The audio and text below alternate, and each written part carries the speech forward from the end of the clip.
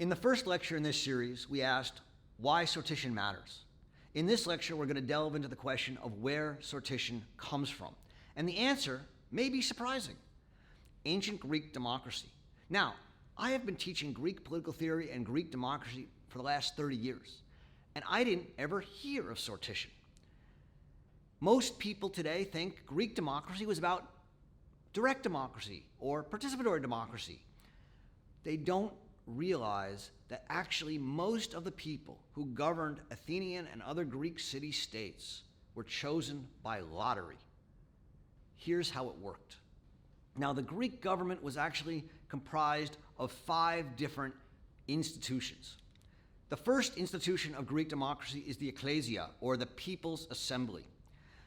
Every adult male citizen of any age and any class could participate in the ecclesia. There were 30,000 citizens, more or less, in Athens. Usually about 6,000 would participate. The principle here is who volomenenos. Anyone who wishes, anyone can participate.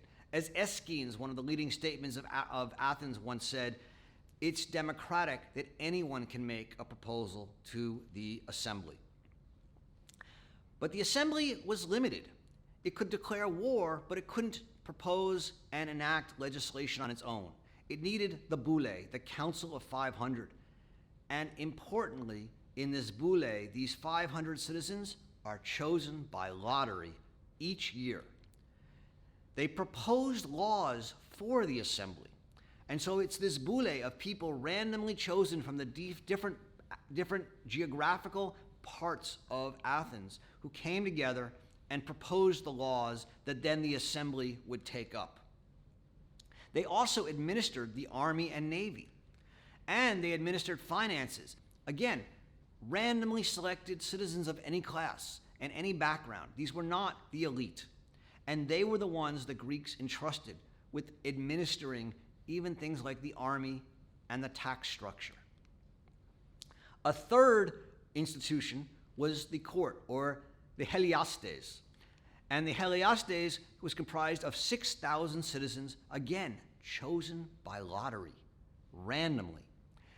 These were primarily political trials, trials that dealt with fundamental political issues, whether people were treasonous or not, like Socrates. And they weren't necessarily criminal trials, but they dealt with fundamental issues of the Athenian polis. And so the jurors in the court had to pledge to vote in accordance with the Constitution of Athens, with the ecclesia and the boule. The fourth institution of Greek democracy is the magistracies, or the archae. These were comprised of 700 posts, 600 of them drawn by lot. Again, 600 of the 7 main administrators, archae, the leaders of Athens, the people who governed the city on a daily basis, 600 of the 700 are drawn by lottery. And importantly, for 1-year terms and 1-term limit. You can't serve again. What does this do? It guarantees a wide participation amongst Athenian citizens in the very daily exercise of how we govern ourselves. I say it's lottery and it's random, and yet not just anyone could be chosen as a magistrate. These are important jobs. And so they had to be examined before taking office. For example, did they treat their parents well? Did they pay their taxes? But as long as you were a good person who generally followed the customs and norms of Athens, you could be one of these people chosen randomly to run essential offices of the Greek government. Now, some people will be chosen by appointment or election, the generals. Why? Because they need a certain talent, they need a certain skill. But the premise of Greek democracy, of isagoria, that we're all equal, is that in matters of politics, no one is an expert. Everybody has the equal right to govern. Aristotle writes, "It is accepted as democratic when public offices are allocated by lot, and is oligarchic when they are filled by election." The oligarchs, or the aristocrats, they ruled by electing the elite. But the Democrats wanted a wider perspective. They wanted more people in the decision-making bodies, and so they chose them by lottery. And this is where the democratic idea of citizenship comes from. Aristotle writes, "The citizen only exists in a democracy." That's a fascinating, important line. If you live under a monarchy, you're a subject, you're not a citizen. Why is being a citizen connected with being in a democracy?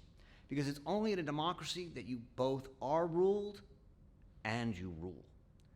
And representative democracy, elective democracy, the entire premise of it is that we let other people rule for us. As Hannah Arendt says, we outsource democracy to elected officials so that we can go about our daily lives. The premise of representative democracy is that what's important is our jobs and our families, not our democracy. What Greek democracy understood is that democracy required active, engaged citizens, and sortition was one way to activate them and engage them.